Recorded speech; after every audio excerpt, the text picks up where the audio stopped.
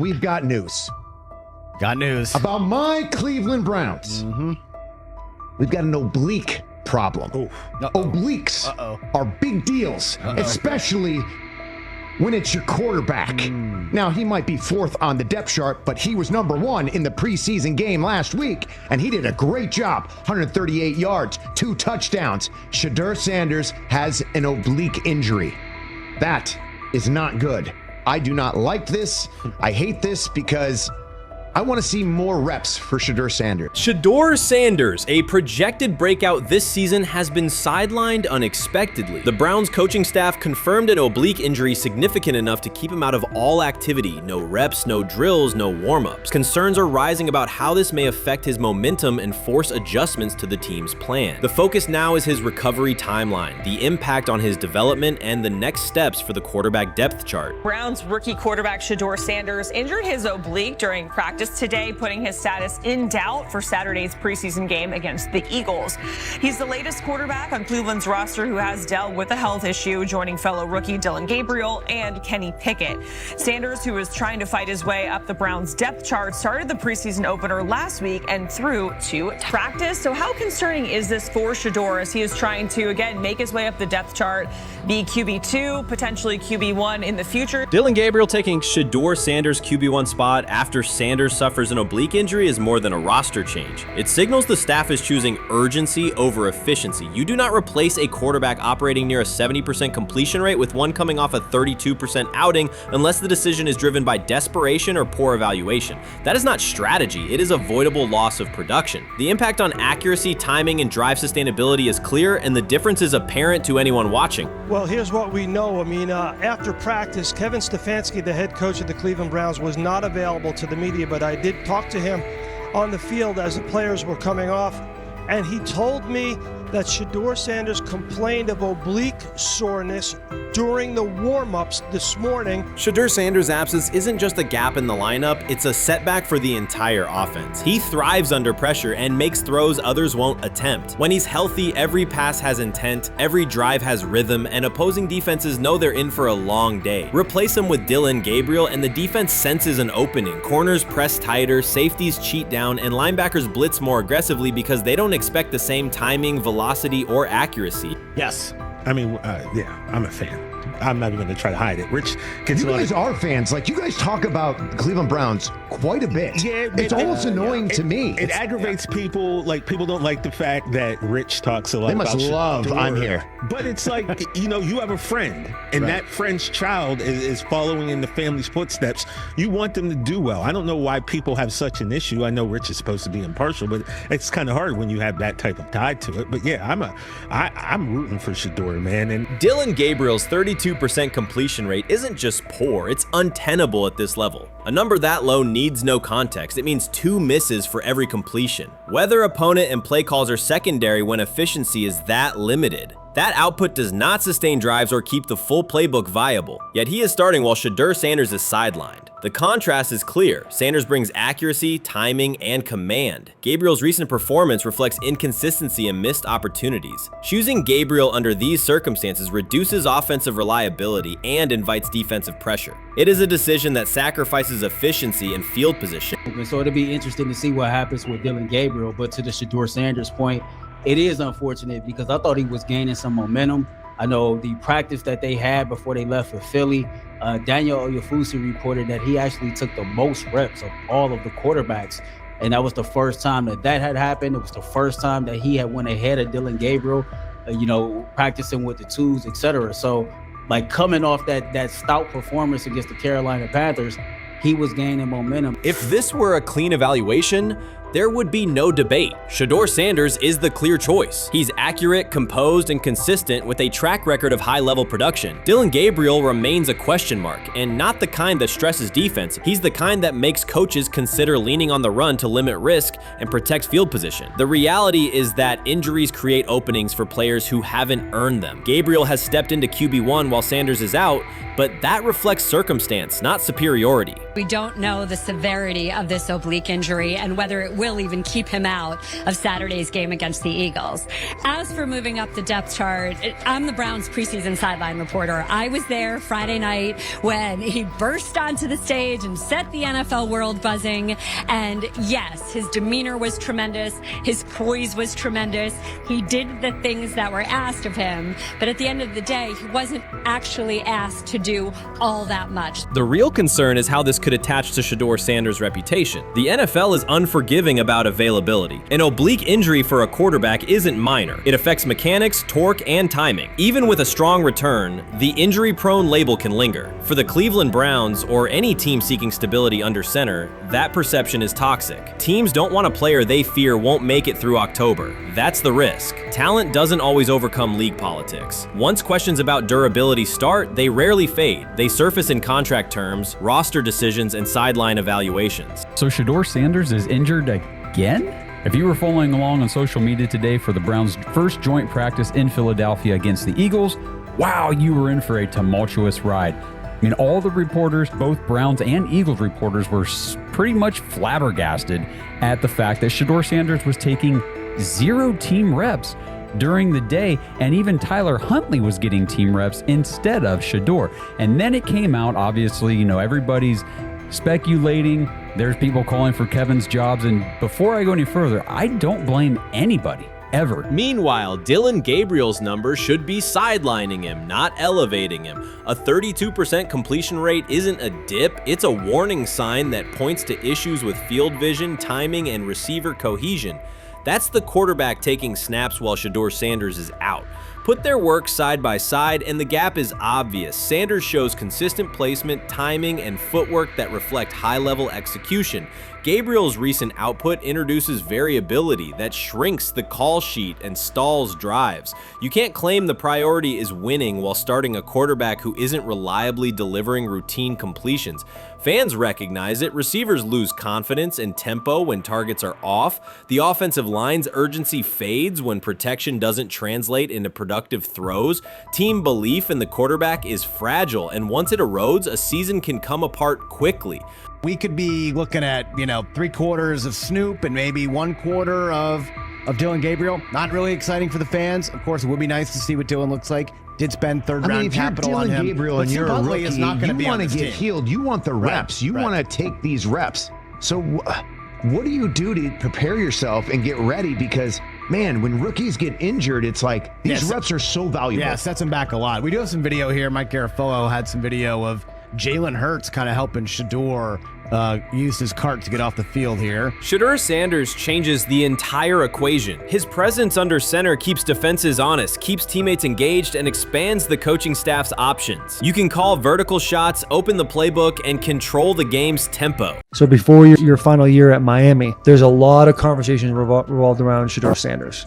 Obviously, I'm assuming you guys have a great relationship. Some of the clips you've seen and stuff like that. What is it like for you to have like this rivalry with Shedeur? I don't have a rivalry with him.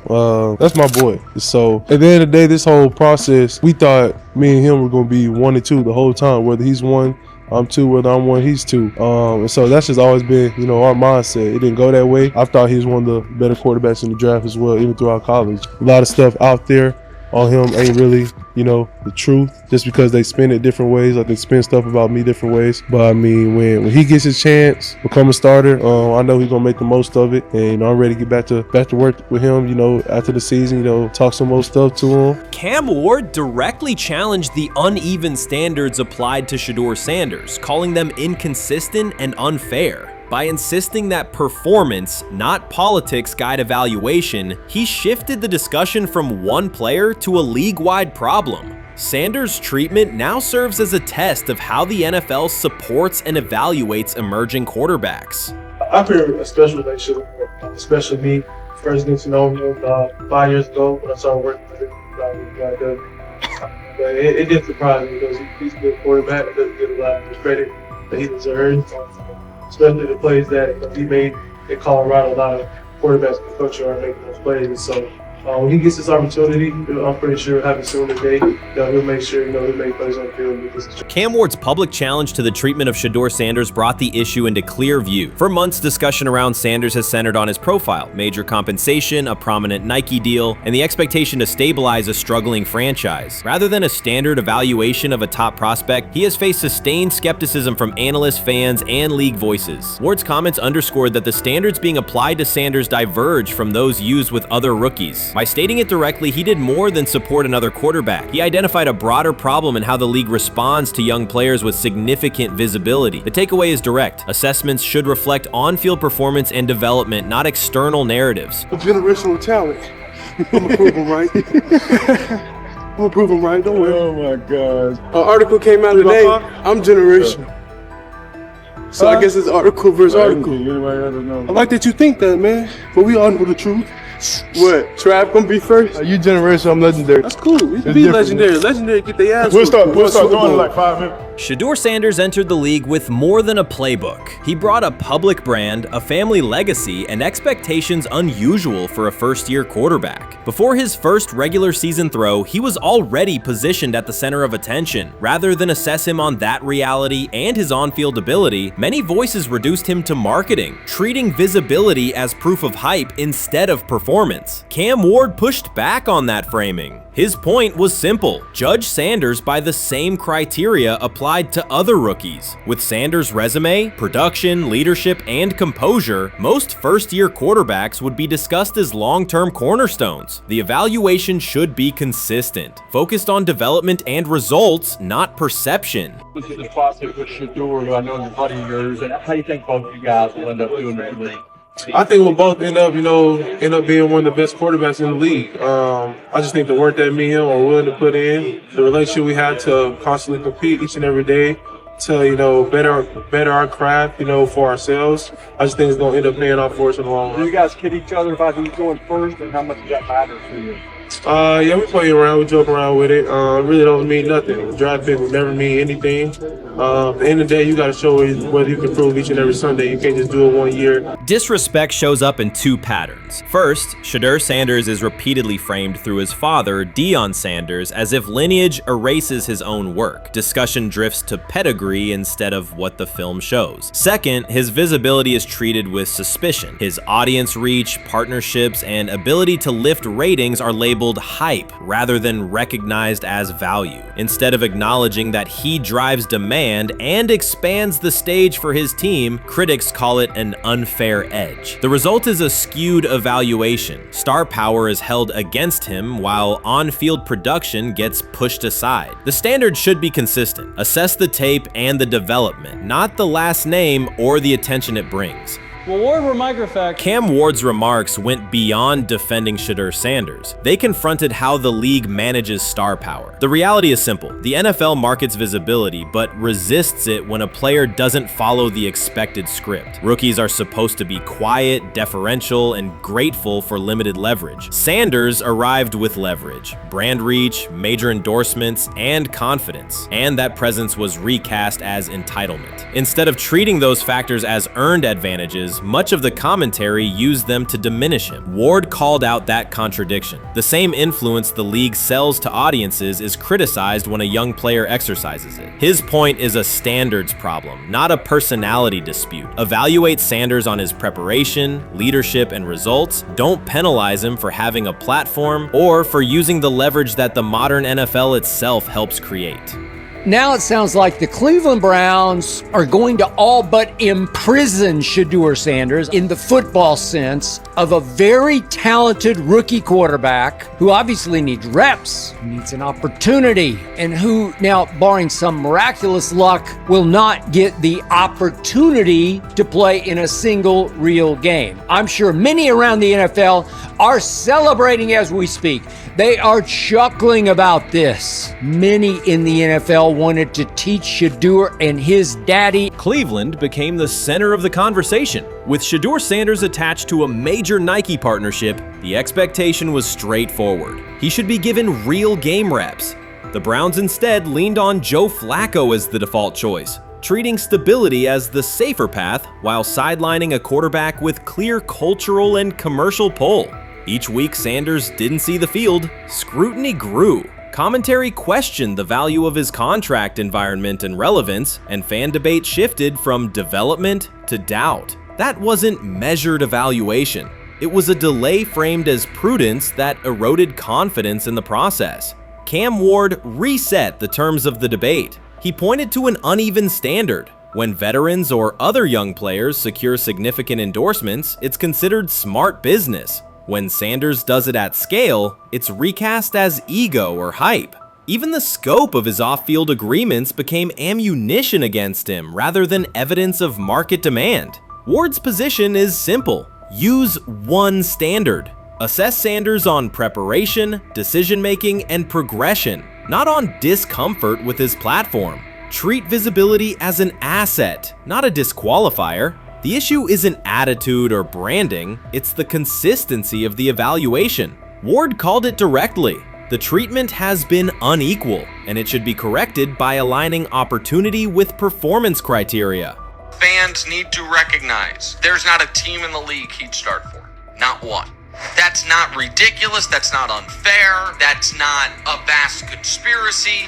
Shedeur Sanders fans are Angel Reese fans. They're just fair weather fans who don't really give a fuck about the sport. Most of them are just Deion fucking groupies that followed him when he went to fucking Colorado, just like Angel Reese's fans had never watched basketball prior to her playing at LSU, and they followed her to the WNBA and don't know shit about the sport. That's it. Now Deion fucking groupies are running around acting like, oh, this is payback to his dad. The timing is pivotal. Shedeur Sanders isn't trying to blend into the league's background. He's shaping the agenda. He drives debate segments, fuels short-form highlights, and moves merchandise at a pace most rookies never approach. By the metrics that define modern attention, he is the draw. Yet, a segment of observers continues to undercut him, not because of shortcomings on tape, but because of discomfort with how prominent he already is. Cam Ward put words to what many could see. Coverage around Sanders has been filtered through reaction to his visibility, rather than a clear read of his performance and growth. The market has already weighed in. Demand is real, not manufactured. Nike's record-level rookie endorsement aligned with that reality, signaling long-term value and cultural reach. This exposes a core contradiction. The NFL depends on star power to sell tickets, fill stadiums, and boost ratings, but it resists stars who set terms on their own. Visibility is celebrated until a player exercises it. The fix is straightforward. Apply one standard. Evaluate Sanders on preparation, decision-making, and results, and treat his platform as the asset it is. If the league benefits from his presence, its evaluation practices should reflect that same reality, consistently and without penalty for scale.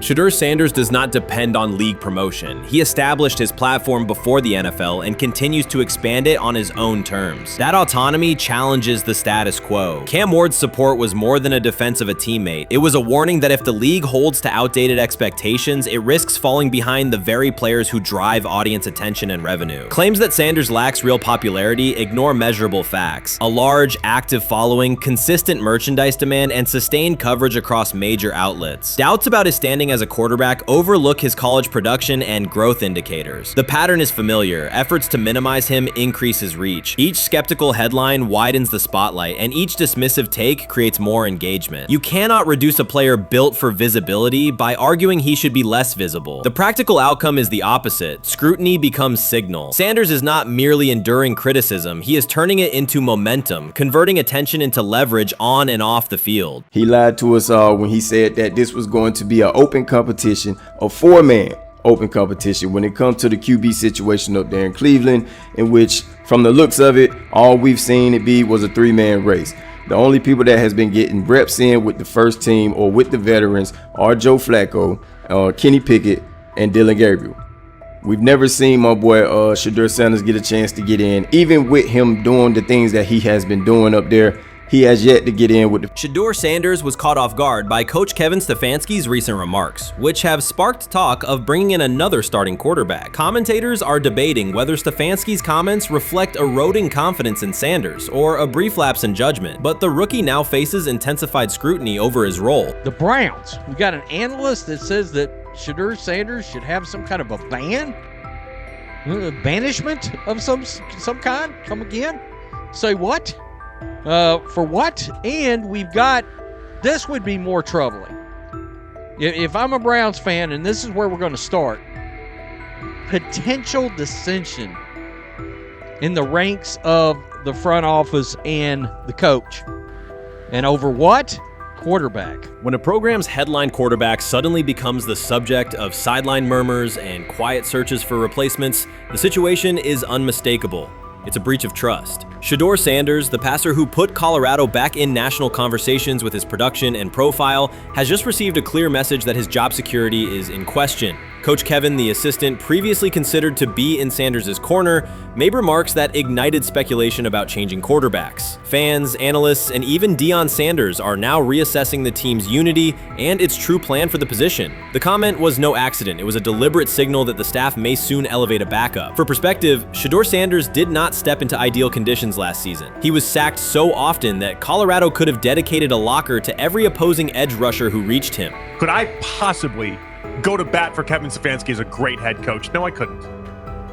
Could you go at bat against him, saying he's a horrible head coach? No, I can't. I think that's why we fall in the middle. I think that's why in a lot of these discussions, and that's why a lot of the rankings, you see him right now in that 15 to 20 range, somewhere in that middle pack of NFL head coaches. I've said earlier, Kevin Stefanski has already been given more head coaches than any coach I've ever seen in Cleveland.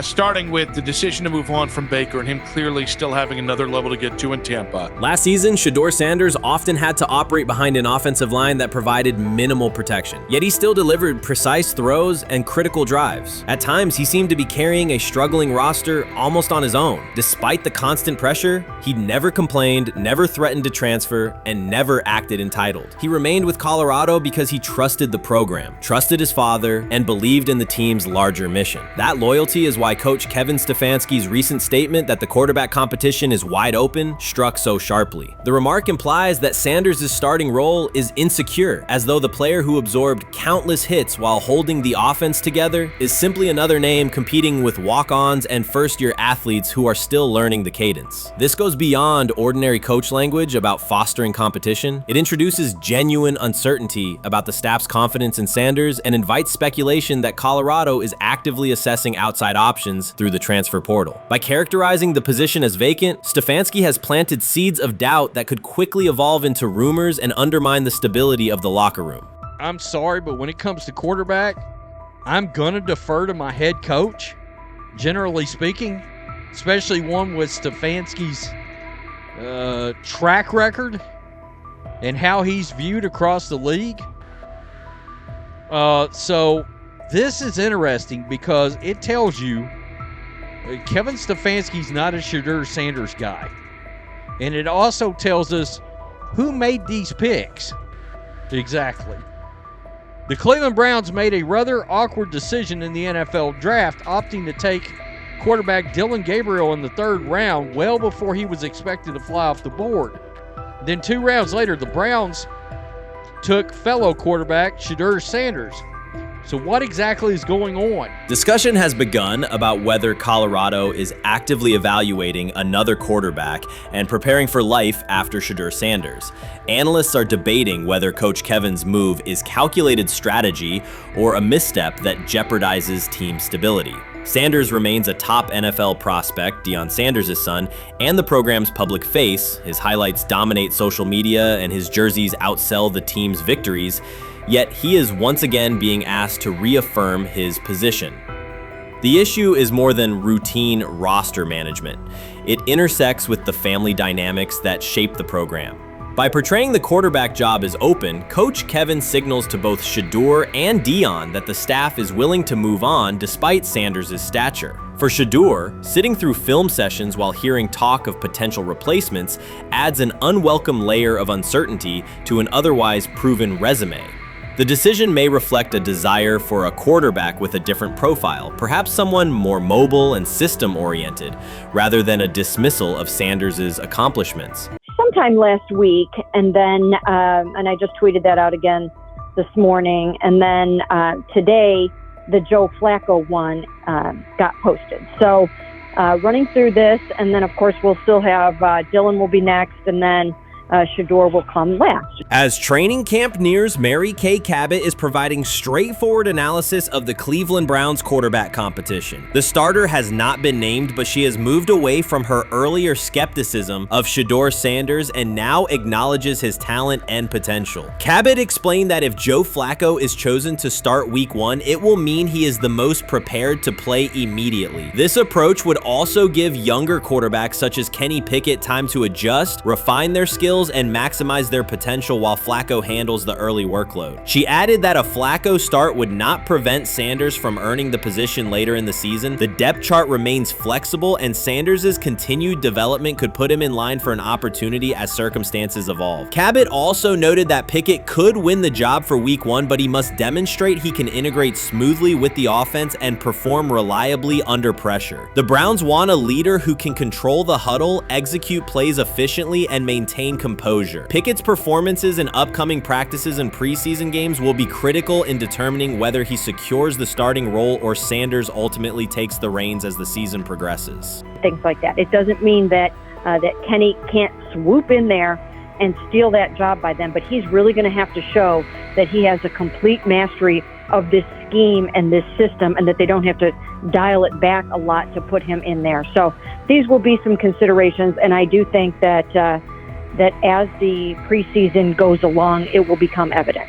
Mary Kay Cabot recently stated that Shedeur Sanders is ready and the Cleveland Browns are monitoring him closely. After a strong showing during organized team activities and minicamp, Sanders has made notable strides in his development. With continued progress, he is expected to return to the field prepared to contribute meaningfully. The Browns coaching staff is tracking his growth, and anticipation about his long-term role is increasing. Cabot added that if Sanders maintains this trajectory and continues to demonstrate poise within the team, he will have a legitimate chance to earn the starting quarterback job. Each practice rep strengthens his case, reinforcing the possibility that his development could benefit both the player and the organization. As Sanders impresses, discussion about his future in Cleveland becomes more compelling. Cabot also emphasized Sanders' advanced understanding of the offense. She noted that his football IQ appears in every drill and that he seems ready to execute the Browns system at full speed. His ability to process defenses quickly and make decisive reads distinguishes him from his peers. With the appropriate opportunity, Cabot believes Sanders could become a genuine difference maker for the Browns. One area Cabot highlighted is Sanders' command of pre-snap adjustments. His capacity to diagnose defensive fronts and communicate changes gives him an edge and reflects high football intelligence. If he translates those reads into consistent connections with his playmakers, he could elevate the Browns' offense significantly. By comparison, Cabot said quarterback Dillon Gabriel is still refining his grasp of complex terminology and play calling. While Gabriel possesses upside, Sanders' comfort with intricate concepts and his ability to manage tight pockets under pressure give him a clear advantage at this stage. Gabriel must sharpen those elements to compete at Sanders' level. Cabot previously reported that Sanders had already earned first-team practice snaps ahead of Gabriel. Her latest update confirms that Sanders is now approved as the Browns' starting quarterback, solidifying the organization's commitment to him as QB1. Expectations are high, and his response to the challenge will be closely watched throughout training camp and preseason. Cabot further noted that head coach Kevin Stefanski authorized Sanders to take expanded first-team reps beginning next month. This milestone underscores Sanders' readiness and the coaching staff's confidence in his progress. As the regular season approaches, Sanders aims to cement his status as the starter, and the competition for that position is intensified. Though Sanders leads the race, Kenny Pickett remains in contention. Cabot stressed that Pickett must prove he can integrate seamlessly with the offense and perform consistently under pressure. His performance over the next several weeks will determine whether he can challenge Sanders for the starting role.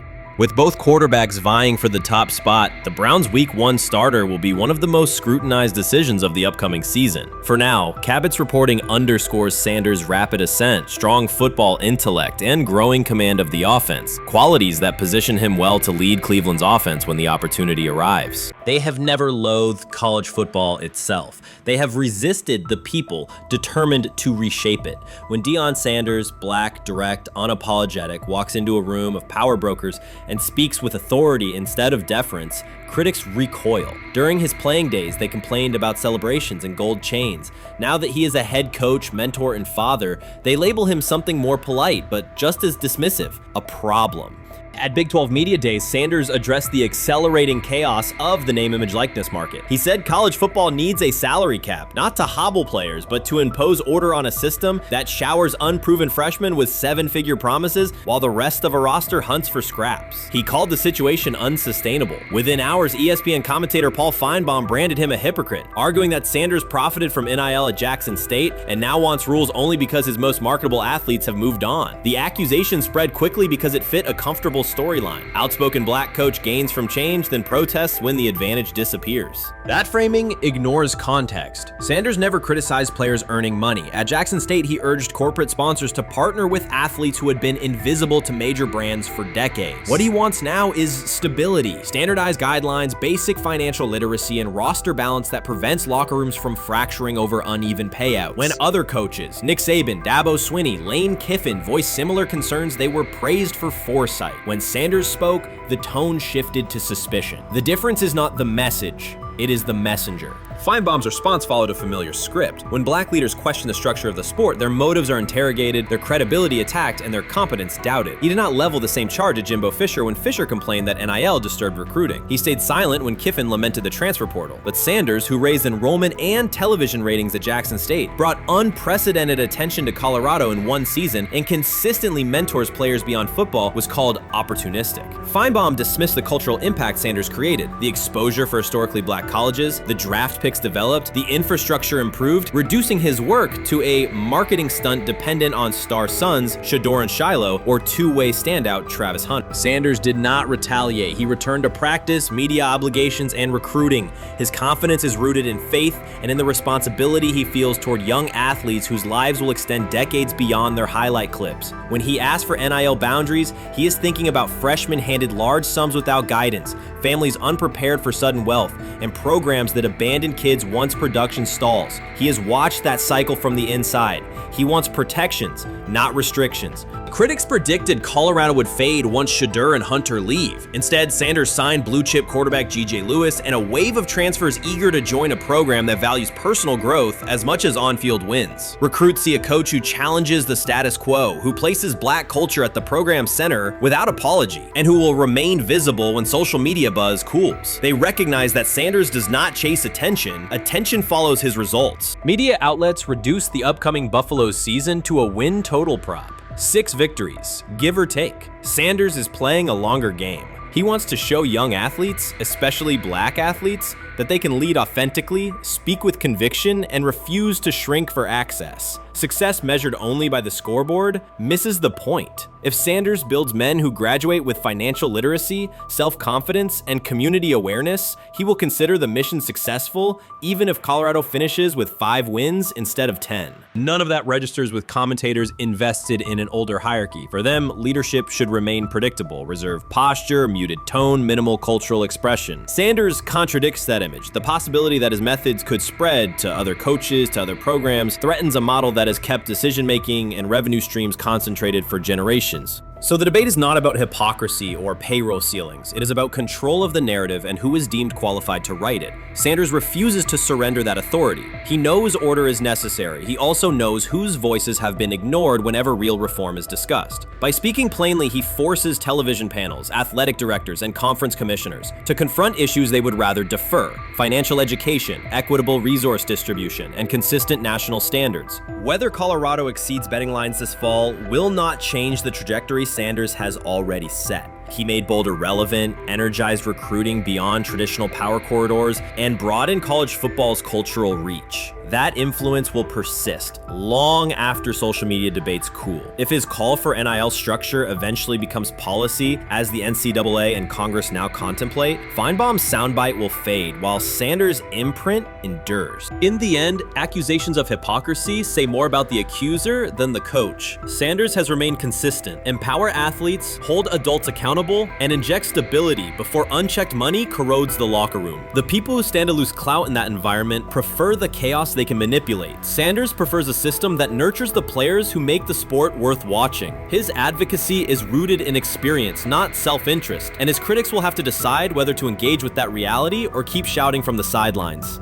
I view things as I got time. I got time to be able to grow and mature, and be able to understand the ins and outs of the defenses and be able to get the good insight from the vets in the room. So I look at it as, a plus. And whenever, it's time for me to play. Shedeur Sanders rolled into Browns camp and instantly made the whole practice feel like a recess pickup game. NFL vets suddenly looked like they'd forgotten the playbook and were just trying to keep up. With that being said, I see some balls coming out of Shedeur Sanders at that camp, and I'm like,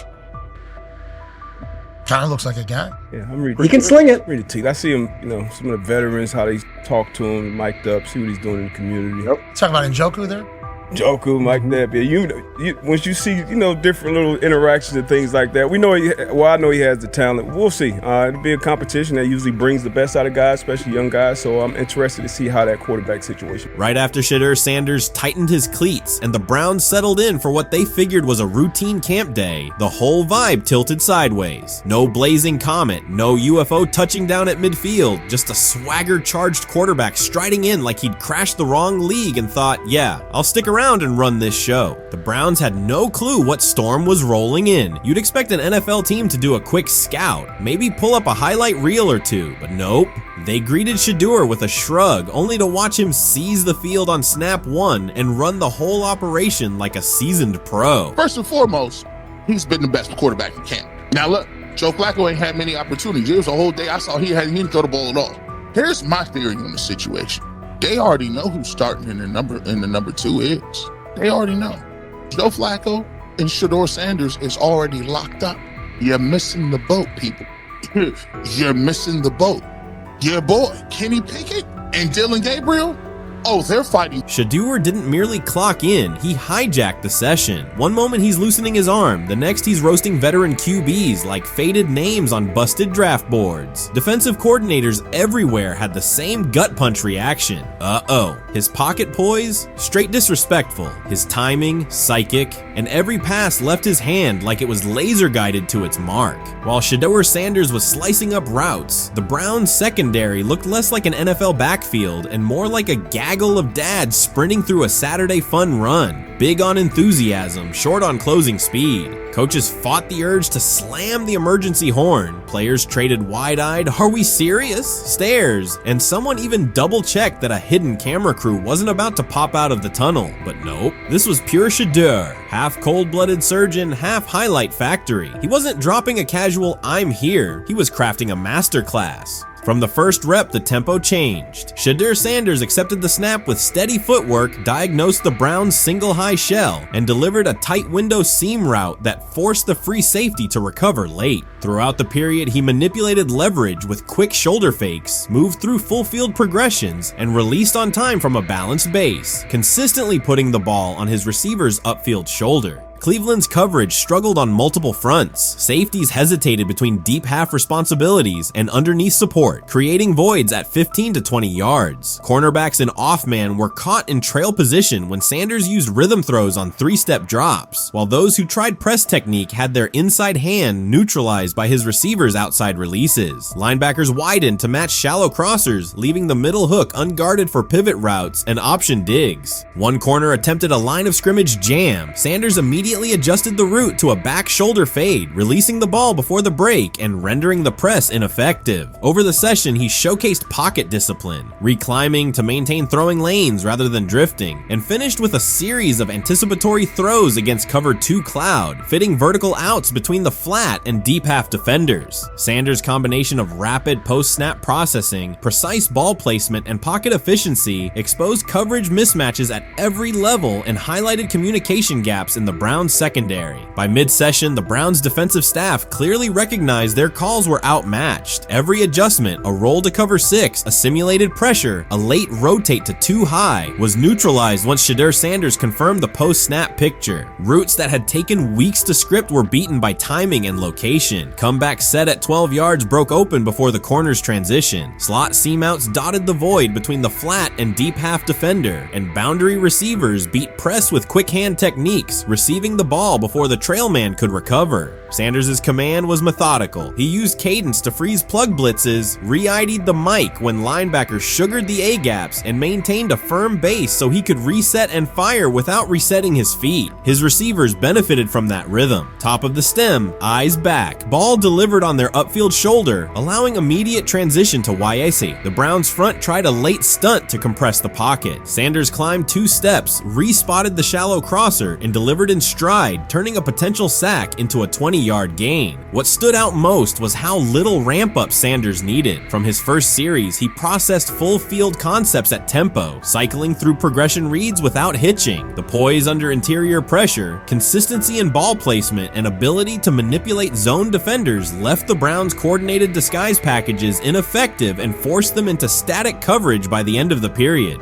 In short, Sanders' efficient mechanics, rapid processing, and anticipatory accuracy rendered Cleveland's defensive game plan ineffective at every level, from pre-snap disguise to post-snap spacing. Imagine there's many people that think Dillon Gabriel's a better quarterback than Shedeur Sanders. I don't care where they were drafted. If the Browns are the one team that thinks that, then I'm going to suspect it's not true. They don't know what listen, I've been on every quarterback evaluation for 30 years. Right. I never root against anybody. Yeah. But I'd be surprised if Dillon Gabriel's ever a legitimate starting quarterback for the Cleveland Browns. I'd be surprised. I just don't think. Well, then it is a wasted pick because you took him in the top 100. Yeah, but potentially. Yeah. May get away with it because of Shedeur. An edge rusher chirped at Shedeur Sanders between snaps, hoping to shake his rhythm. On the very next play, Sanders answered with a 30-yard laser, a deep dig from the boundary side that split the single high safety and the trailing corner. He hit the top of a 5-step drop, kept a firm base, and delivered on time to the receiver's outside shoulder, turning what should have been a routine rep into a sudden change explosive. From that moment on, every coverage wrinkle the Browns tried, rotating from cover 3 to quarter half, flashing a Tampa 2 shell, mugging both A-gaps, was met with a precise counter. When corners pressed, Sanders adjusted the route to a back shoulder fade. When safeties widened, he checked to a glance post. When linebackers bailed, he found the running back on a delayed option out of the backfield. Even late simulated pressures couldn't move him off his spot. He simply climbed, reset his feet, and fired. As Cleveland's defenders rotated through checks, Sanders manipulated them with cadence and eye discipline. He froze weak side safeties long enough to create intermediate windows, then feathered the ball into those lanes before help could arrive. When the Browns finally dropped 7 and matched every route, Sanders tucked the ball and converted 2 separate 3rd and 6 situations on the ground, reminding everyone that his mobility is as calculated as his arm. By the end of the session, the defensive coordinator's call sheet looked obsolete. Sanders had neutralized blitz looks, exposed spacing issues in zone, and forced the unit into static base coverage just to survive the period. It wasn't a camp drill anymore. It was a clinic on timing, processing speed, and controlled aggression, delivered snap after snap by a quarterback who never needed a warm-up lap to own the field. They never planned on taking him. The problem is, like Ocho Cinco said, you got somebody that has endeared himself to the locker room. And guess what? The difference between him and Tim Tebow, the biggest one, is he can play. He can throw the ball. Tim Tebow running around being an H-back. He can throw the ball. And he's done everything he needs to do. He ain't saying nothing. He ain't rocking the boat. He ain't mad about the reps. He ain't mad about none of that. All the people out there want to see is this, like Tyler said earlier. We want to see what he can do with Jerry Jeudy. That's it. I want to see what he can do with David Njoku. I want to see him with Junkins. I want to see him with the first running backs. If you are cooking, if you are beating down the doors with the 3s and 4s, guess what?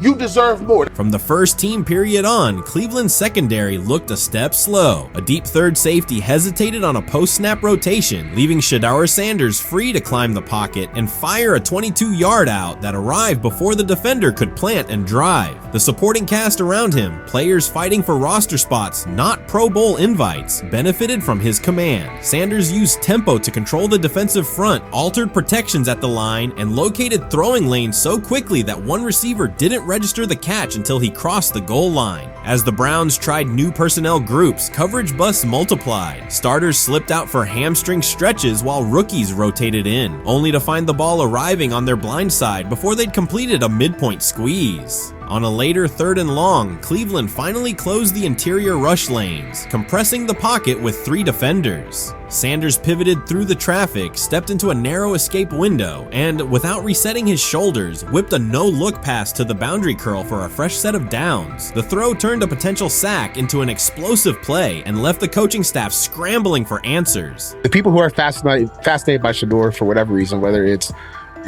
his play, I guess, last year was kind of fun. If you're just like a guy who grew up like loving Deion Sanders and passed that love on down to your kids, I can see why you're like that. The one thing I will give them is you're looking at this quarterback room. If you're a fan of Shedeur and say, why can't he go beat Dylan Gabriel or Joe Flacco or Kenny Pickett? So I do understand that part of it, right? Because why not? Why couldn't he be the Brown starter in October or November? That looks like a quarterback room where everyone will get a chance to start. Grab hold of the starting job. Yes, but I don't think we're going to know which one until we get deep into August. Now, I think, we tracked the reps everybody was getting at practice throughout the OTAs and minicamp. But when you talk to people there, they just want to make sure everybody got what they needed. And that, Kenny Pickett, we find out if he has the goods to be the starter. Joe Flacco, they back him off a little bit. He's 40. He may not need as much. The rookies, Shedeur Sanders and Dylan Gabriel, what do they need to learn to make the transition from the college game to the pro game? That's what the spring was about for the Browns quarterbacks. Now, Shedeur Sanders has moved from social media celebrity to on-field standout, and ESPN now lists him among its first-team candidates. Reactions are split. Some fans are impressed while others are skeptical. Whether this reflects Deion Sanders' long-term strategy or simply Shedeur's rapid development, the story is drawing widespread attention. Here's a look at what led to this moment. They never planned on taking him. The problem is, like Ocho Cinco said, you got somebody that has endeared himself to the locker room. And guess what? The difference between him and Tim Tebow, the biggest one, is he can play. He can throw the ball. Tim Tebow running around being an H-back. He can throw the ball. And he's done everything he needs to do. He ain't saying nothing. He ain't rocking the boat. He ain't mad about the reps. He ain't mad about none of that. All the people out there want to see is this, like Tyvis said earlier. We want to see what he can do with Jerry Jeudy. Online reactions are sharply divided. Some fans strongly support Sanders, while others argue he is overrated. Traditional analysts cite statistics and claim his recognition comes mainly from his father's name. Sanders supporters are actively celebrating his rise and already predicting a future NFL career. Sports media outlets have made his candidacy a central topic of debate. The discussion now extends beyond statistics and victories to include his marketability, public image, and on-field presence. Sorry, is Shedeur Sanders going to get a chance to win this job? Do you believe he gets a legit shot to win this job? Listen, I think, first of all, the action's going to really start in training camp. Like, forget all the OTA stuff. You don't win a job in OTA. The real action starts in training camp. And just like Shedeur said, during the mini camp, when it's time to take your rep, you got to make the most of it. Because I think early on, there's going to be a lot. Remember, Joe Flacco didn't hardly practice in OTAs and mini camps because they were giving the young guys. Right. So when he gets his opportunity, he's going to have to make the most of it. Analysts are closely reviewing game footage to evaluate Sanders' decisions and mechanics, while others examine his social media activity to see how he balances content creation with quarterback duty. Shedeur Sanders' placement on ESPN's early first-team list has taken over the college football conversation. Supporters circulate his highlights and argue that his on-field production and leadership justify the honor. Skeptics claim the recognition relies too heavily on his family name and question whether his resume is strong enough for first-team status. Analysts are rewatching game footage to assess his reads, accuracy, and pocket presence, while others examine how he balances a high-profile social media presence with quarterback responsibilities. The debate has pushed other storylines, such as conference realignment and NIL issues, into the background, leaving fans and commentators focused on Sanders' performance, marketability, and overall impact on the sport. I'll keep saying it. I believe Shedeur Sanders should play more games than any other quarterback on this roster this year, because he's the only guy that I look at and say they might have something here. Because I'm telling you right now, they left night one of the draft saying we are taking our quarterback next year. So it's on Shedeur or Dylan or Kenny, probably not Joe, to change their mind. To change their mind. But you got to find out. You gotta find out. Opinions differ on whether Sanders is benefiting from his family name or simply showing real progress, but the attention is undeniable. Social media is flooded with edited images elevating him to legendary status. Critics argue the first-team nod is driven by hype and marketability, while supporters point to his flashes of strong arm talent, field vision, and decision-making. Regardless of motive, the announcement has dominated the football news cycle and intensified debate over how much of his rise is performance-based versus media-driven. Highlight reels rarely show Sanders' turnovers, late-game mistakes, or inconsistent stretches. Being named to a first-team watch list suggests sustained dominance, something Sanders has displayed only in flashes. His selection appears driven as much by brand recognition and media appeal as by performance. ESPN's decision has intensified debate. Data-driven critics post statistics that question his resume, while passionate supporters predict awards and future NFL success. Commentators recall a time when first-team consideration required years of proven excellence. Yet many fans already see the announcement as confirmation that Sanders is on track for major college football honors. Shedeur Sanders has earned first-team reps when training camp commences later in July. I'm not saying like he's the first guy up when you do 11 on 11s, day 1, 2, 3, 4, 5 at training camp. I'm not necessarily saying that. But he's the one quarterback that we didn't get a chance to see take reps with the ones. But I think Shedeur has a chance to like make this conversation interesting if he gets those reps with the ones and he has the same success that he did with the 2s, the 3s, and the 4s. I have confidence he can show you something, but I got to see it. We all got to see it before we can actually judge that. Some believe Deion Sanders is already preparing for an award ceremony, while others are furious, threatening to protest ESPN's credibility over Shedeur's first-team mention. Critics argue that honoring Sanders without a full season of elite play undermines college football standards. Supporters insist his performance and profile justify the recognition. The debate reflects a broader clash between traditional merit-based evaluation and modern brand-driven visibility. In today's landscape, first-team consideration is no longer only about statistics. It also involves marketability and audience engagement. Whether welcomed or rejected, Sanders commands attention and embodies the sport's shift toward both performance and personal brand. You made an interesting point. So I tend to have the drip, drip, drip. This was my Johnny Manziel theory, is that everybody makes mistakes, especially when you're young. But if I see 2, 3, 4, 5, then you've got a plumbing issue. It's not just you didn't close the faucet. So there's about 6 pieces of video in college where Shedeur was a little bit of a brat, whatever. Then there's the legendary cringy draft room. Didn't love that as a B prospect. Then there's back-to-back speeding tickets, both over 90, and a missed arraignment. The NFL is navigating unexpected headlines after a former Browns coach publicly defended Shedeur Sanders in response to reports of multiple speeding tickets. The coach's statement has sparked extensive online debate. Supporters welcome the show of loyalty, while critics question the motive. Sanders now finds himself at the center of an unforeseen controversy, and observers want to know why a Cleveland coach is standing so firmly in his corner. The story is developing rapidly and continues to draw intense attention. When it came out that he got a speeding ticket, I said it's not really that big a deal. I feel very differently about it now. Over 40 miles an hour over the speed limit, less than 2 weeks after you just got a ticket.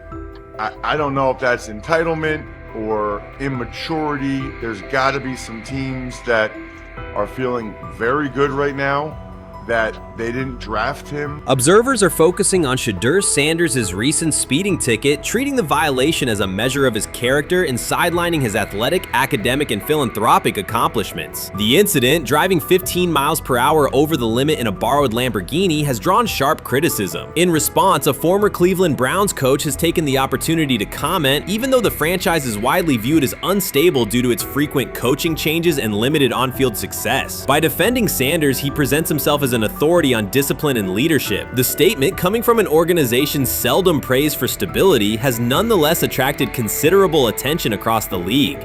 You want to defend him a little bit. I thought this was an interesting take.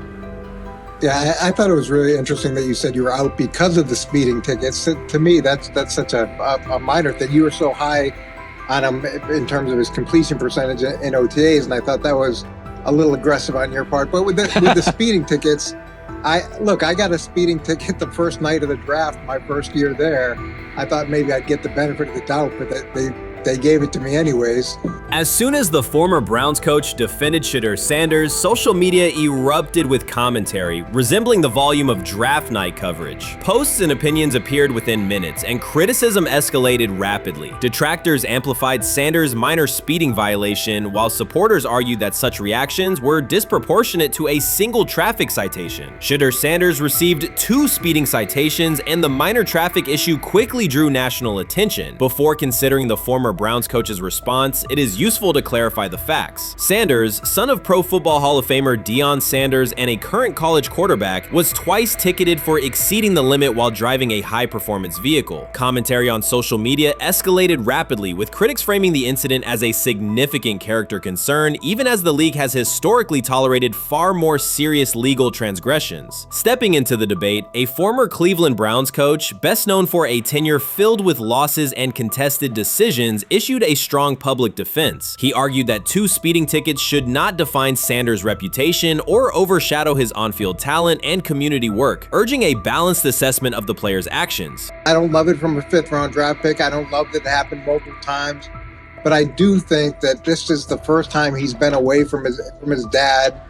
And, you know, there's going to be some growing pains. Now, would I sell my stock on it like you are? Not because of a couple speeding tickets, especially in light of the problems that Browns quarterback room has had to deal with legally in the last few years. I mean, this is nothing. The debate quickly shifted from 2 speeding citations to broader claims about integrity, growth, and leadership. The former Browns coach framed the infractions as moments for personal development and urged observers to view them in context. Critics responded forcefully. Some called for disciplinary action, others questioned Deion Sanders' parenting, and a few sought to discredit the coach himself, despite his professional record already being widely analyzed across the league. The reaction underscores an apparent inconsistency in public standards. Fans often overlook on-field confrontations, heated sideline arguments, and other significant controversies, yet they treated Sanders' as routine traffic offenses, speeding without evidence of reckless endangerment, as indicators of serious character flaws. If such minor violations were adopted as the primary measure of morality in professional football, many players would face similar criticism.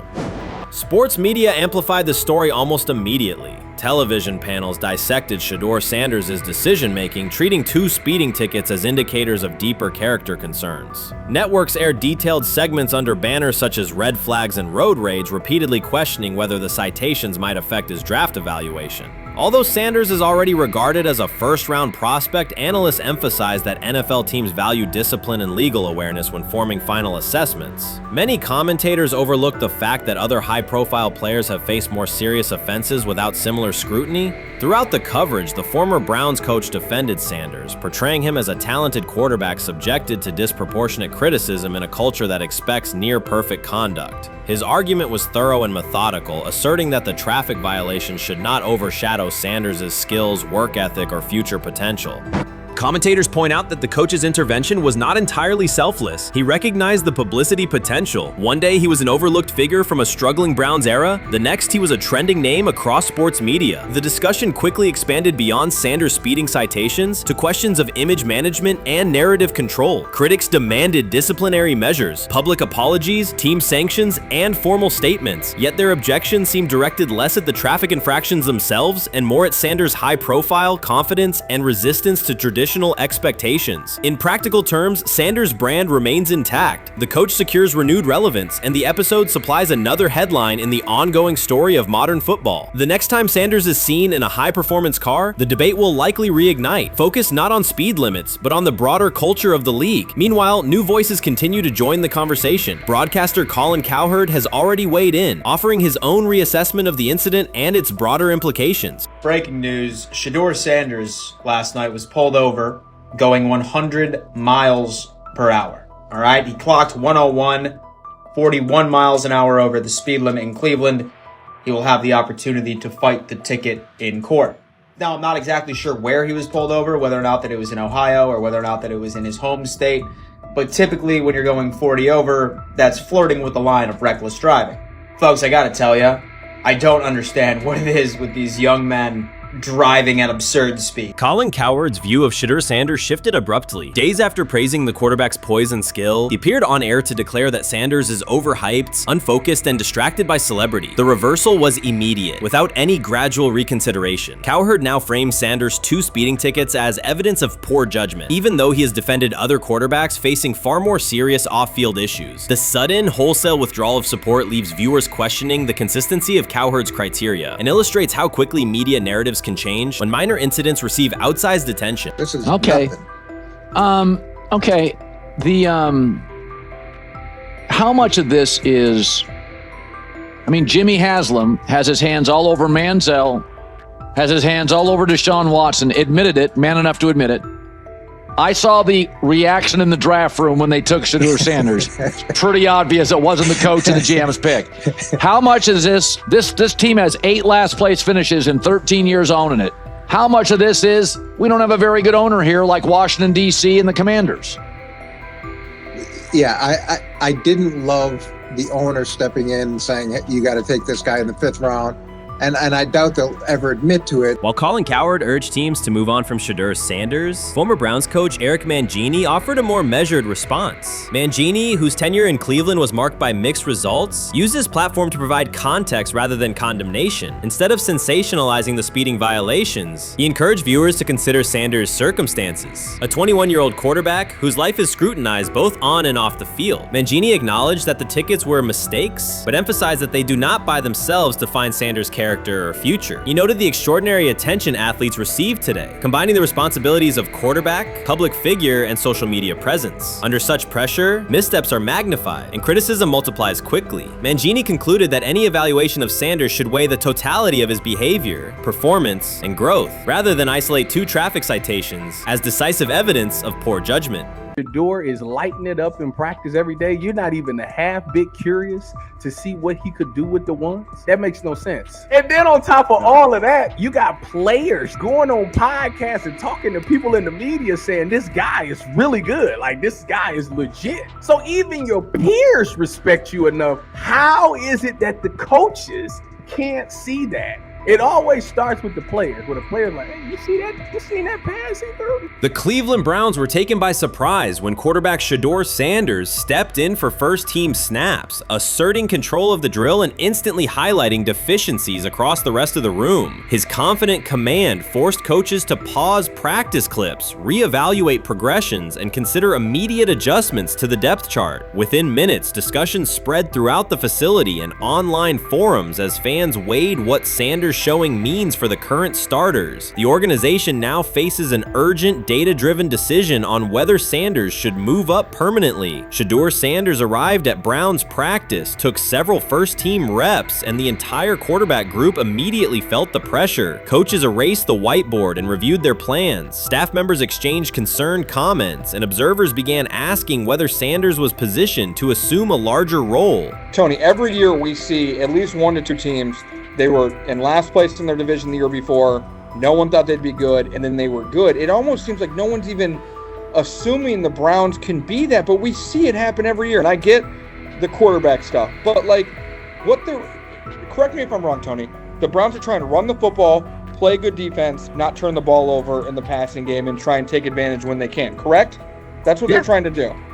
That was the 2020 offense. The Cleveland Browns are still searching for stability at quarterback. Deshaun Watson is yet to deliver consistent starter-level production that justifies his contract, and each game renews doubts about whether he can regain peak form. Behind him, rookie Dorian Thompson-Robinson shows promise but remains inexperienced and unpolished. Coaches are evaluating alternatives each week and may need to adjust the depth chart if progress stalls. The roster around them is built to contend now, so ongoing uncertainty under center is increasingly costly. As we talk about, we do believe in best player available. We do believe in positional value, and we didn't necessarily expect him to be available in the in the 5th round, and so we love adding competition to every position room and adding him to compete with the guys that are already in there. We felt like that was the appropriate thing to do. The Browns quarterback group is unsettled. Deshaun Watson has yet to provide the reliable, high-level play his contract demands, while rookie Dorian Thompson-Robinson remains promising but unpolished. Depth behind them consists mostly of veterans whose experience lies more in holding clipboards than leading offenses. The coaching staff needs an immediate answer, not a 3-year development project. Shedeur Sanders enters as that potential solution. At Colorado, he passed for more than 3,200 yards despite working behind one of college football's poorest offensive lines, consistently demonstrating poise, quick processing, and accurate ball placement under heavy pressure. Film shows steady reads and disciplined footwork, traits that offset concerns that his profile is built on family name or media attention. Cleveland viewed the signing as a low-risk, high-reward move. Early in camp, Sanders received a handful of first-team snaps intended merely as an evaluation. Those plays quickly changed practice tempo. The ball came out on time, receivers hit their landmarks, and the defense struggled to adjust. Coaches immediately expanded the review using phrases such as evaluate every option, an indication that the depth chart was no longer fixed. Watson sensed the scrutiny. Thompson Robinson increased his urgency. Within minutes, competition in the quarterback room intensified. Sanders repeated that performance in subsequent sessions. His footwork remained clean, progression sharp, and throws firm and precise. Each strong rep forced staff to reassess the plan to keep him buried on the developmental track. The broader context magnifies the pressure. Cleveland's roster is built to contend now. Fans are weary of quarterback turnover, and the front office cannot afford another costly misstep under center. Around the league, rookie passers rarely wait multiple seasons anymore. Joe Burrow, Justin Herbert, CJ Stroud, and even late pick Brock Purdy established that precedent. If Watson opens the regular season and struggles, public calls for Sanders will grow, especially if the rookie flashes in preseason. Alternatively, another team could attempt to acquire him if Cleveland hesitates to elevate his role. Each scenario underscores the same reality. Sanders' emergence has turned a routine camp evaluation into a critical decision point for the franchise. And we saw Dillon Gabriel go 11-on-11 with the first team, Shedeur Sanders go 11-on-11 with the second unit. So that was really the big wrinkle today. Yes, and of course, it was the first time that we have seen Shedeur Sanders get any of those coveted 11-on-11 reps. Of course, again, it wasn't with the first team offense or against the first team defense, but it's progress. And that means that he's going in the right direction, that the arrow is pointing up. He's coming up the learning curve. So that's good for him. And I actually thought just overall, he had a better day than Dillon had today. He completed more passes. He was more on point. In fact, in that 11-on-11 period, he threw a near touchdown.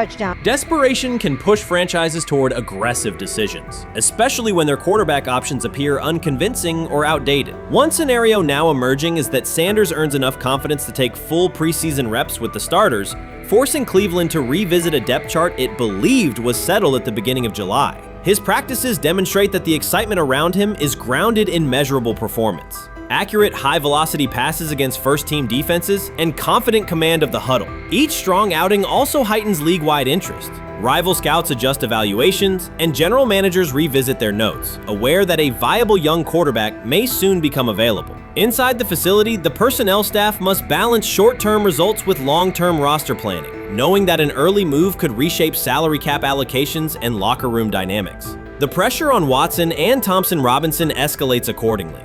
Both must produce visible progress to maintain their current roles. Cleveland's recent history shows how quickly promising quarterback situations can devolve into controversy. The franchise has turned potential breakthroughs into organizational turmoil before, so observers remain cautious about how this competition will unfold. So the Shedeur Sanders, I want to talk about this.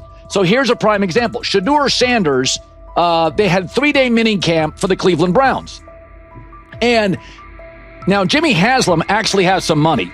The Bengals owners and the Rooneys are near the bottom of the league in net worth.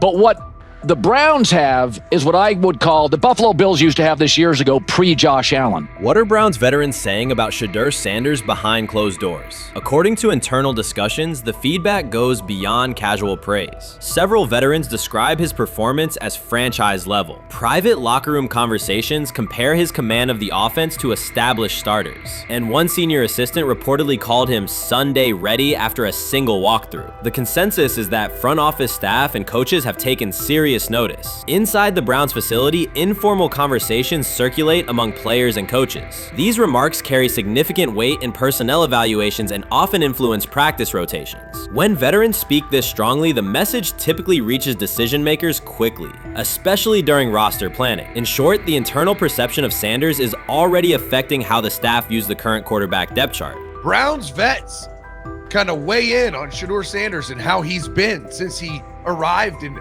Cleveland, in Pound Town. And I think it's very, very important that we discuss it, because it'd be really easy for these vets to, this wasn't like a on-the-record interview. This is just kind of back channels into what the vets are saying, the rumors, but the sources telling us. And we have a couple quotes, but Shedeur Sanders, Cleveland Browns, it seems like it's going well. And you don't even, it's almost like you don't want to talk about it. At the center of the growing internal buzz is Shedeur Sanders, the rookie who entered Berea with late-round expectations but is being discussed privately as a potential long-term starter. This is not a routine camp tale about an extra arm taking practice snaps. Sanders has seasoned teammates, players with playoff mileage, quietly reassessing his ceiling. Observers who overlook these conversations risk missing one of Cleveland's most deliberate personnel moves in years. Sanders is not on the roster because of his surname. The Browns reviewed their quarterback depth, weighed costs, and chose a controlled, development-oriented option they believe can stabilize the position. His presence is already changing practice dynamics. Veterans notice his pocket awareness, adjust routes to his timing, and acknowledge that he processes coverage at an advanced level for a first-year player. Leadership patterns in the huddle feel different. Sanders delivers with precision and composure that challenge defenders to reevaluate their calls. The strategic upside is clear. A 4-year rookie contract offers cap flexibility while other franchises cycle through expensive stopgaps. Coaches and front office staff view Sanders as a calculated investment, not a publicity experiment. Outside chatter still focuses on Joe Flacco's age or Kenny Pickett's development. Inside the facility, however, veterans pause film sessions to dissect Sanders' ball placement and progression speed. Position coaches highlight clips where he works through reads decisively and delivers on time, traits rarely attributed to rookies. Sanders' confidence is measured rather than theatrical. He moves as though the NFL tempo is familiar, and that calm spreads across the roster. Experienced defenders are rechecking the depth chart and asking if the quarterback competition is tighter than publicly acknowledged. Great kid, and whether it's a following that he's earned, I mean, that's something that he's done a great job of interacting with fans, and but he is a great kid. You guys will get to know him more. He's working like crazy, just like all the guys. He's another young man. These rookies, you know, my office is downstairs. As they got to walk by my office as they come in. They come in early.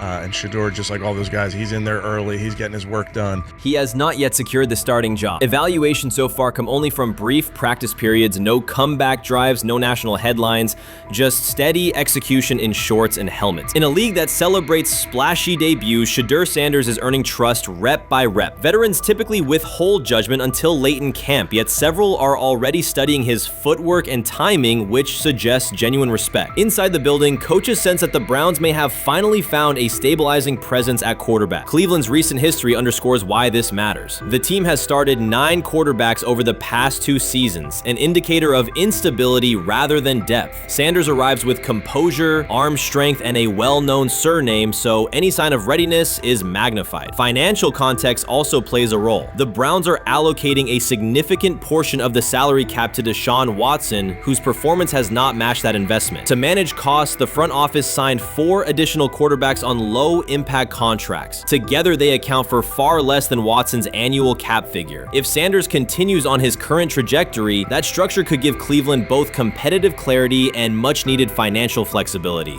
He's the only person who's come out and say, hey, man, this dude look kind of good, man. Let me tell you what I heard. A lot of people reaching out to players in the locker room and stuff. To me, I think this is it's a red herring. Like, I'm supposed to suspend myself to disbelief that he was going to look bad. I've never expected him to look bad to start with. The 5th round quarterback stuff, that's involving perceptions, pre-draft analysis, and other teams. Cleveland's veterans have endured every kind of quarterback turmoil, poor reads, major injuries, shaken confidence, and sideline disputes. When a young quarterback like Shedeur Sanders steps in and appears composed rather than overwhelmed, people notice. The attention comes not just from coaches and reporters, but from the linemen and defensive leaders who have watched previous backups struggle. They are not exchanging doubts, they are sharing nods of approval. Sanders demonstrates instinctive pocket awareness, reliable accuracy, and steady poise, qualities that quickly circulate through team conversations. After years of instability under center, the Browns need someone who can remain calm and effective deep into the season. Although expectations have fallen over time, genuine interest is growing. Praise is coming from teammates who rarely commend anyone unless his performance demands it. The rumors have ended. The decision is public. Cleveland Browns owner Jimmy Haslam has informed every level of the organization that unless an unforeseen injury intervenes, Shedeur Sanders will start at quarterback in week 1. The announcement announcement is not an informal suggestion or a quiet push in the background. It is a direct order. Multiple independent reports, amplified most visibly by Colin Cowherd, confirm that Haslam delivered the directive himself. From the owner's viewpoint, the logic is simple. No one else on the roster offers the same combination of talent, leadership, and long-term upside. Joe Flacco is approaching the twilight of his career. Kenny Pickett has shown flashes but remains inconsistent. Dillon Gabriel, taken in the 3rd round, is a developmental project. By contrast, Haslam believes Sanders can alter the franchise's trajectory immediately, and he refuses to allow internal hesitation to stall that possibility. The standoff traces back to April. General manager Andrew Berry and head coach Kevin Stefanski entered the draft wanting a low-profile prospect who would fit quietly into the existing depth chart. They prioritized scheme familiarity, modest public attention, and a clear developmental timeline. When the board lined up, they reached for Gabriel in round 3, reasoning that an early investment would justify keeping a rookie on ice behind the veterans. But Sanders continued to slide, first through day 2, then deep into round 5. Haslam watched the names come off the board, convinced the league's bias against Deion Sanders' outspoken son was obscuring legitimate first-round talent. When Cleveland's 5th-round pick arrived and Sanders was still available, Haslam intervened. He did more than approve the choice, he overrode the original plan, making it clear that the organization would select Sanders and give him every chance to compete. From that moment on, the Browns' internal narrative splintered into 2 camps, those ready to accelerate around their owner's vision and those still trying to protect their original approach. Once rookie minicamp began, Sanders erased much of the speculation. He commanded huddles, processed coverages quickly, and delivered throws with anticipation that belied his draft slot. Teammates noted his willingness to accept blame for missed timing, then correct the error without dramatics. While Flacco and Pickett split most first-team reps, Sanders treated limited opportunities as full-speed auditions. During organized team activities, he identified blitz looks, redirected protections, and consistently found his second read when the primary route was covered. More than one defensive veteran told local reporters that Sanders looks like the best arm in the building. That assessment forced Berry and Stefanski to reevaluate their timetable. They could no longer label Sanders a long-term project without contradicting on-field evidence. Drafting Gabriel 2 rounds earlier had provided the staff an excuse to slow roll Sanders' ascent. Coaches could point to investment cost, meeting room familiarity, and installation comfort to justify Gabriel's snap share. Yet each practice rep in which Sanders outperformed the 3rd rounder weakened that shield. Behind closed doors, position coaches began requesting more Sanders film for cut-ups, and offensive assistants quietly shifted meeting questions toward concepts the rookie already executed well. By mid-June, Berry himself started describing Sanders not as a developmental asset, but as a competitive option. Those subtle linguistic changes signal the front office's recognition that the narrative had moved beyond their control. Haslam's history with quarterbacks is well documented. His pushes for Johnny Manziel, Baker Mayfield, and Deshaun Watson were high-visibility swings, each driven in part by a desire to generate excitement as well as wins. Critics highlight those choices to question his evaluation track record, yet Haslam perceives Sanders differently. Where Manziel carried off-field concerns, Sanders brings a reputation for professionalism. Where Mayfield's leadership style divided veterans, Sanders' approach has united receivers and linemen. Where Watson's trade involved unprecedented controversy, Sanders arrived at minimal draft cost. Haslam sees a rare chance to capture star potential without mortgaging the future, and he is unwilling to cede that upside to cautious pacing. Cleveland supporters, weary of revolving door quarterbacks, have rallied around Sanders with unexpected speed. Sales of customized Sanders number 2 jerseys surged within days of rookie minicamp. Training camp ticket requests spiked once local media circulated videos of Sanders making NFL-caliber anticipation throws during 7-on-7 periods. The mood in Northeast Ohio has changed from tentative hope to active belief. Longtime season ticket holders who once shrugged at preseason storylines now debate Sanders' footwork at neighborhood barbecues. Social media engagement for Browns content has climbed, driven by highlight compilations of the rookie threading seam passes between linebackers and safeties. All of this places Kevin Stefanski in a fragile position. If he opens week 1 with a veteran starter and the offense sputters, criticism will be swift. Each stalled drive will be interpreted as evidence that he ignored the owner's edict and the fan base's intuition. Conversely, if he names Sanders the starter solely under pressure, any early struggles could be framed as proof that Sanders was rushed, further exposing Stefanski to blame. The only sustainable solution is conviction. Either stand behind a veteran with clear strategic reasoning or embrace Sanders fully and structure the offense around his strengths. Splitting the difference, rotating series, delaying first-team reps, or using vague competition language will satisfy no one and likely jeopardize locker room clarity. clarity. Sanders' personal approach has reinforced Haslam's confidence. Instead of taking post-draft downtime, he traveled to Texas to train in full Browns gear at facilities near his father's home. The leaked clip of Sanders executing footwork drills in helmet and pads wasn't a marketing ploy. It was a glimpse into a quarterback visualizing Week 1 live. Team personnel who viewed the footage recognized purposeful rehearsal, cadence calls, pocket movement against simulated pressure, and follow-through adjustments based on imagined rush lanes. Observers asked why a rookie would conduct such intense solo sessions in May. The answer is straightforward. Sanders does not view himself as a developmental pick. He considers himself the starting quarterback of the Cleveland Browns and prepares accordingly. On pure ability, Sanders' arm strength ranks with the league average for starters. His accuracy to the intermediate middle, an area where the Browns' current scheme generates high leverage completions, has drawn consistent praise from receivers. The primary areas still under review are blitz recognition and live bullets and timing on deep outbreaking routes versus press coverage. Those developmental checkpoints are significant, yet daily practice reps show acceleration. In contrast, Flacco's mobility limits the boot action game that Stefanski installed to help Mayfield early in his tenure. Pickett can extend plays, but struggles to attack tight windows between linebackers and safeties, an essential requirement in Cleveland schematics. Gabriel remains an unknown at NFL speed. Thus, the competitive landscape favors Sanders sooner than the coaching staff originally planned. The franchise now stands at an inflection point. Haslam's mandate, the locker room's growing support, and the fan base's enthusiasm all tilt towards Sanders. The front office's earlier strategy, anchored in patience and quiet development, is increasingly untenable. Barry's shift in messaging indicates grudging alignment, but final authority over the depth chart rests with the coaching staff, unless ownership directly intervenes on game day decisions. A move rare but not unprecedented in the NFL. Should Stefanski align with the owner and name Sanders the starter before preseason concludes, he can claim proactive vision and tailor the offense through training camp. Should he resist and open with a veteran who falters, he risks rapid loss of credibility and possibly his position. Either path carries pressure, but only one aligns with the momentum sweeping through the building. For 2 decades, the Browns have cycled quarterbacks without securing a stable star. Each new hope, whether draft pick or trade acquisition, has collapsed under injuries, inconsistency, or organizational disarray. The possibility that Sanders could finally anchor the position is not merely a football storyline. It is a potential cultural reset for a fan base defined by resilience. Haslam's insistence reflects that awareness. Cleveland needs a leader who can win on Sundays and project confidence every other day of the week. Sanders has shown he can shoulder expectations without retreating from scrutiny. That trait, more than arm talent alone, is why the owner views him as indispensable. Voluntary workouts transition to mandatory minicamp next week. If Sanders receives a substantial share of first-team snaps, observers will interpret it as the staff's acknowledgement that the competition is tilting decisively.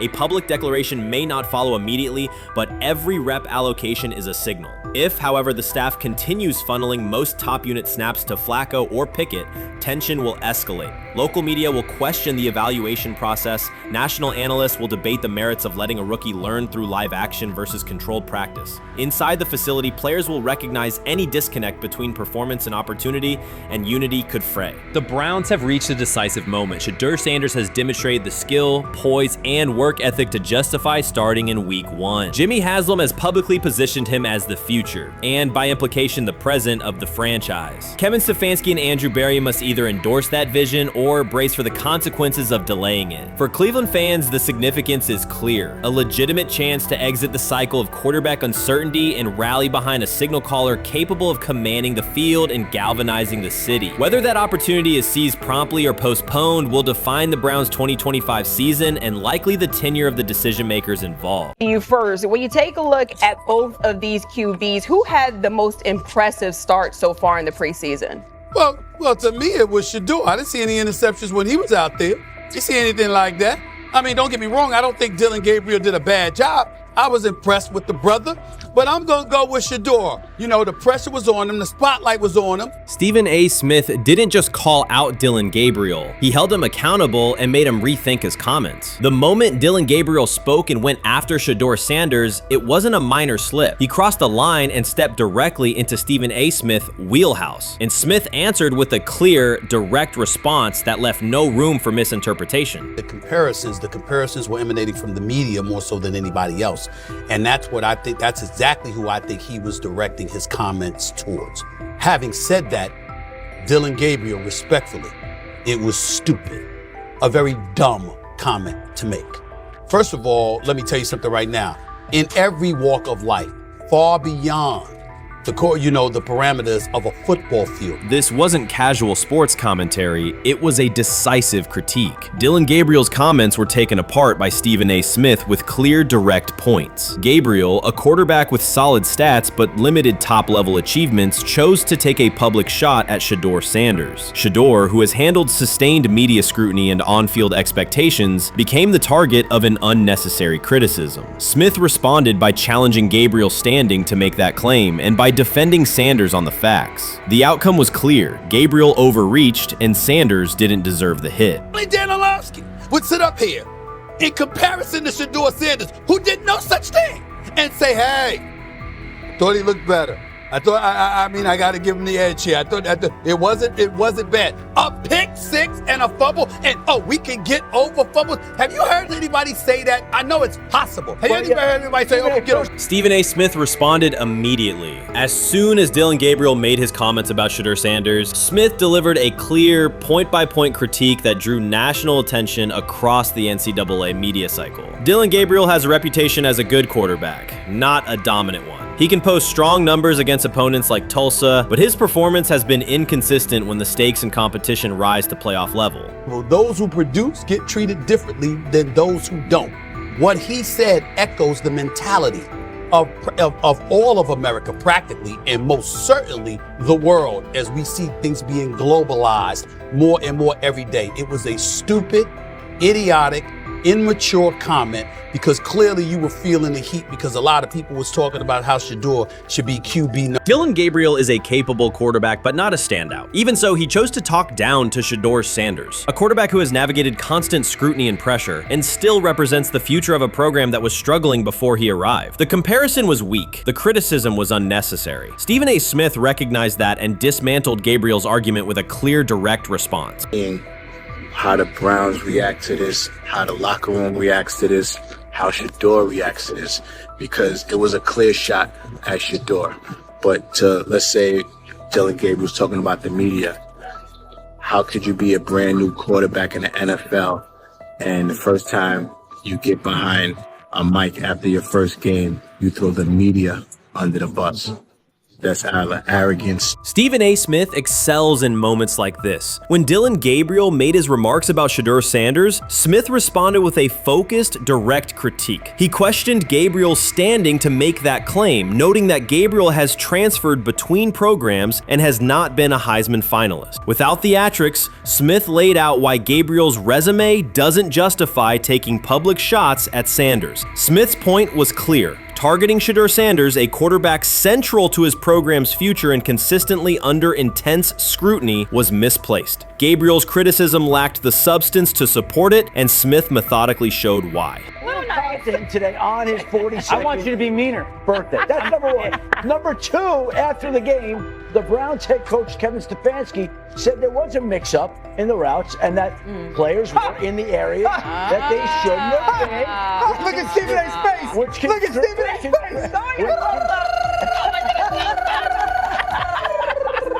Look at his face.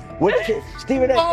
Lord. The strength of Stephen A. Smith's response was that he didn't just address Gabriel's remarks. He challenged the image around him. Dillon Gabriel often presents himself as an overlooked contender ready to surprise. But the reality is that his profile hasn't commanded broad attention. It's a clear reminder that not every opinion carries equal weight. In defending Shedeur Sanders, Stephen A. was direct and precise. Shedeur isn't just a quarterback. He is Deion Sanders' son, which subjects him to scrutiny far beyond anything Gabriel has faced. Even under that pressure, Shedeur has maintained his composure, shown confidence, and delivered in key moments that helped revive a program many had written off. Stupidity, all of it. I thought it was a clear shot at Shedeur due to the fact that his Oregon coach threw a shot at Coach Prime and Shedeur during their meeting at Colorado last year. But you know what? The cream rises to the top. Let's see what happens this week. I see a lot of the media talking about they think it was about the media and not about Shedeur. And I think that's a chess move. For Dillon Gabriel to take shots at Shedeur Sanders was a miscalculation. Stephen A. Smith made the mismatch clear. Gabriel's attempt to shame Sanders was unnecessary and counterproductive. You don't target Deion Sanders' son when Deion has turned Colorado into primetime television. It underscored that Dillon Gabriel has often played with a chip on his shoulder because the spotlight hasn't followed him. He has been around long enough to compile numbers but not to earn broad respect. That's why going after Shedeur was misguided. Sanders, despite ups and downs, drives headlines. Gabriel's most notable headlines have been his transfers. Stephen A. Smith pressed that point without hesitation, challenging Gabriel's standing and leaving his argument looking like a forced throw that turns into a pick six. You know what? Still needs to thank me a little bit more for that restaurant I treated him and his family to, because it was big time, and stop embarrassing me by going places and trying to use coupons. That's how pathetic he is. The point is that yeah, a pick six and a fumble is usually considered a bad day. Stephen A. Smith didn't need to raise his voice to make the point. He presented Dillon Gabriel as a player whose talk outpaces his resume and defended Shedeur Sanders with clear comparisons. That's why he called Gabriel out so directly. The comparison wasn't just unfair, it was forced. Now look at Gabriel's record. The numbers are solid and he can win against average defenses, but the resume lacks defining markers. There's no sustained Heisman contention, no late season surge that reshaped the national picture, and no postseason moment that cements a legacy. The track record reflects steady production, not top-tier impact. That's the gap Smith underscored. Gabriel's criticism of Shedeur Sanders wasn't supported by what he has accomplished, while Sanders continues to carry a program under constant scrutiny. Let's see someone who step up and make some plays out there. Ain't no way. Gabriel Ain't no way. He not built like that. No way. And this one is picked off and going back the other way. Oh my God, why did he stop playing? Now it's a foot race. And that is that. They told me bust out my AP, perfect timing. H-shot, we about to get legendary. Shedeur star the next game, baby.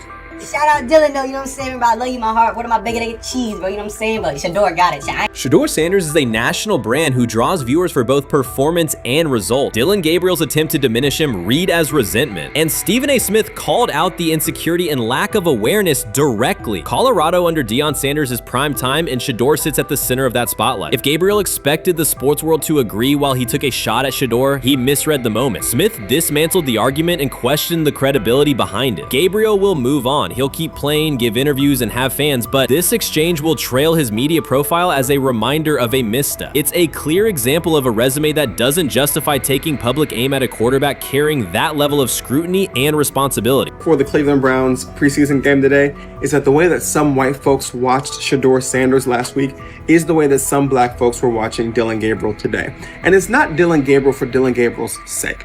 Most folks don't have a problem with Dillon Gabriel. It's what he represents, which is the disrespect of a black person for no other apparent reason than they are a confident black person. Dillon Gabriel thought he was aiming up. Instead, he was placed back among quarterbacks who are good but not great. Stephen A. Smith made the central point. Dillon Gabriel doesn't shape the conversation. Sports are about narrative as much as numbers, and Gabriel's story doesn't move the culture, while Shedeur Sanders does. Smith highlighted that contrast clearly. By the end, Gabriel's credibility had taken a measurable hit. The critique was decisive and sent a broader message to any player considering public shots at Shedeur Sanders. If you step into that debate, you will be held to a higher standard and your resume will be tested. Dillon Gabriel learned that the hard way.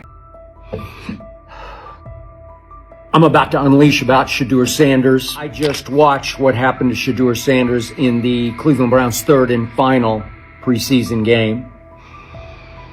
And I'm outraged, I'm sickened, and I'm saddened by the way Shedeur continues to be treated in the National Football League, now by those sorry-ass Browns and sorry-ass Kevin Stefanski. The Cleveland Browns are once again mishandling a promising quarterback. Skip Bayless criticized the organization for failing to develop Shedeur Sanders and for misusing his skill set. He argued that the team's decisions are undermining Sanders' progress and turning a major investment into a cautionary example. Bayless pointed to inconsistent usage, questionable play calling, and a lack of clear direction as key issues limiting Sanders. He said the Browns need a defined development plan and stronger support if they expect Sanders to succeed. Skip Bayless delivered a direct, critical critical assessment this week. After seeing Shedeur Sanders in a Browns uniform, he argued that Cleveland is mishandling the quarterback and undermining his development. Bayless said the team's approach shows poor planning and inadequate support around Sanders. He dismissed excuses about strategy and emphasized the need for better coaching, deployment, and protection. In his view, the Browns are setting themselves up for problems before the season begins unless they establish a clear plan for Sanders. Given the team's recent decisions, his reaction is understandable. Cleveland has a history of inconsistent quarterback development. Shedeur Sanders is a premium prospect, the son of a Hall of Famer, a proven college performer, and a widely recognized figure. The organization should prioritize his reps, protection, and a clear development plan, not place him behind Dillon Gabriel as if he were a secondary option. But I'm going to answer this question by saying Shedeur Sanders. And I'm going to tell you why. I think he's being set up to fail. That's right, I'm going to say it. Okay. Here we are on national television, right? There's been 11 practices, if I remember correctly. He's been starting against, he's been playing against the third unit. He's fourth on the depth chart. And then suddenly you throw him into the start line, and he hasn't had any reps for the first team at all. Think about that. So you're just going to throw him to the wolves like that, huh? I mean, you know, if he had first team snaps in practice. Yet here we are. Cleveland has one of the most publicized prospects and is handling him like a depth piece. The broader issue is the franchise's long record of quarterback instability and inconsistent development. That history colors every move they make. When the Browns draft a quarterback, fans don't anticipate a long-term answer. They brace for another reset. Shedeur Sanders should be treated as a priority, not as an afterthought behind Dillon Gabriel. Let's give him a chance. Let's give him a chance with the play calling. You know you have an offensive line that isn't playing that well. So what do? Why not just play the short game so he can get the ball out of his hands very fast to run a competent goddamn offense? Outside of that, Shedeur has to be better in understanding that the offensive line that you're working with right now is not adequate. Why not allow the players that are competing for a job, in this instance, Shedeur Sanders, to finish off the 2-minute drill? When Browns fans see another quarterback selected, they brace for another setback. The franchise's recent history, from Johnny Manziel's failed stint to the rocky handling of Baker Mayfield, reflects inconsistent development and short-term decision-making. Against that backdrop, Skip Bayless's reaction to Shedeur Sanders on Cleveland's roster was blunt. He argued the team is already mishandling a premium prospect by treating him as a secondary option instead of a centerpiece for the future. Bayless's position is straightforward. Sanders is not just a name, he brings proven college production, leadership traits, and significant visibility that can strengthen both the offense and the organization's broader profile. Burying him on the depth chart behind Dillon Gabriel signals a lack of a clear development plan and wastes early momentum. Instead, Bayless contends, Cleveland should establish a defined pathway. First-team practice reps, protection and personnel tailored to his strengths, deliberate play calling that accelerates processing, and measured in-game opportunities that build confidence and execution. In his view, the Browns need alignment from the front office to the coaching staff to prioritize Sanders' growth. Continuing to treat him like a depth piece risks repeating the same cycle that has undermined previous quarterbacks. Committing to a coherent plan gives Sanders and the franchise a realistic chance to convert potential into sustained performance. Honestly, guys notice it more when you're out winning games, right? If Cleveland starts off in a bad start, they're not doing well, and all of a sudden Shedeur or Dillon Gabriel are doing well in 7-on-7, they're throwing dimes. In practice drills, the number one defense can't stop them.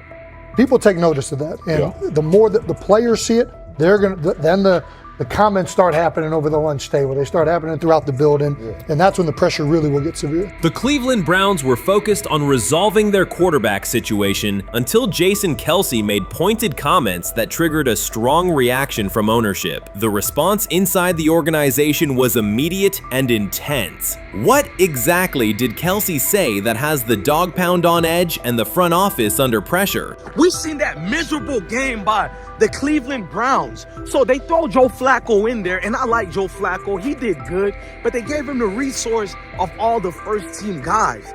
Then they throw Dillon Gabriel in there with first teams and second teams. So Dillon always is getting protected. The same thing again, they gave this scrub max protection on every play. Yeah, he completed some passes, but let's talk about his mistakes. He's still inconsistent with his throws, but he at least had max protection. The Cleveland Browns continue to be defined by inconsistency and avoidable setbacks. Even as fans hoped the organization had turned a corner, Jason Kelce, fresh off retirement, offered a direct critique that reignited doubts about the team's direction. His remarks implied the franchise's structure and decision-making remain unstable and recent progress may not hold. The takeaway for leadership is straightforward. Identify core issues, align on a coherent plan, and execute with discipline. For supporters, it's another sign that the problems run deeper than a single season. They throw Shedeur Sanders in there with the lowest cab drivers you couldn't even get on 5th Street. And I'm pissed off, bro, because the play calling was abysmal. Look, even if you don't like Shedeur didn't even get a chance to be trash. Even if you think Shedeur is garbage, he didn't even get a chance to be garbage. That's how awful the offensive line was. Kevin Stefanski still doesn't want to give Shedeur second strings and first strings reps. Why is that? Browns ownership's response shifted from measured to urgent. The pattern is familiar in Cleveland. The team once treated Johnny Manziel as a franchise solution, retained Hugh Jackson for a second year despite results, and invested heavily in Deshaun Watson through a costly trade and contract. These decisions reflect aggressive but poorly aligned planning. The outcome has been continued instability instead of sustained progress. That this was the guy that they wanted to start. He's seasoned, he's experienced, he still has a big-time arm, even at his age, and they open with the Cincinnati Bengals. They wanted that experienced guy. He was always going to be the guy. They were not going to start Dillon Gabriel or Shedeur Sanders in week 1. Kenny Pickett had a hamstring injury. It makes it easy to go with Joe Flacco. And the question isn't and wasn't going to be who's the starter in Cleveland. The question is, who's going to be the backup in Cleveland? Who's going to be the number 2 quarterback when they open the season against these Bengals? Fans still show up season after season, expecting improvement and bracing for setbacks. The usual pattern has been early optimism followed by a gradual collapse. But last season was different. For a sustained stretch, the Browns looked organized and competitive, resembling a functioning team. Couple days, 3 days until roster cutdowns. How do you feel about that? Do you feel like you belong here on this team?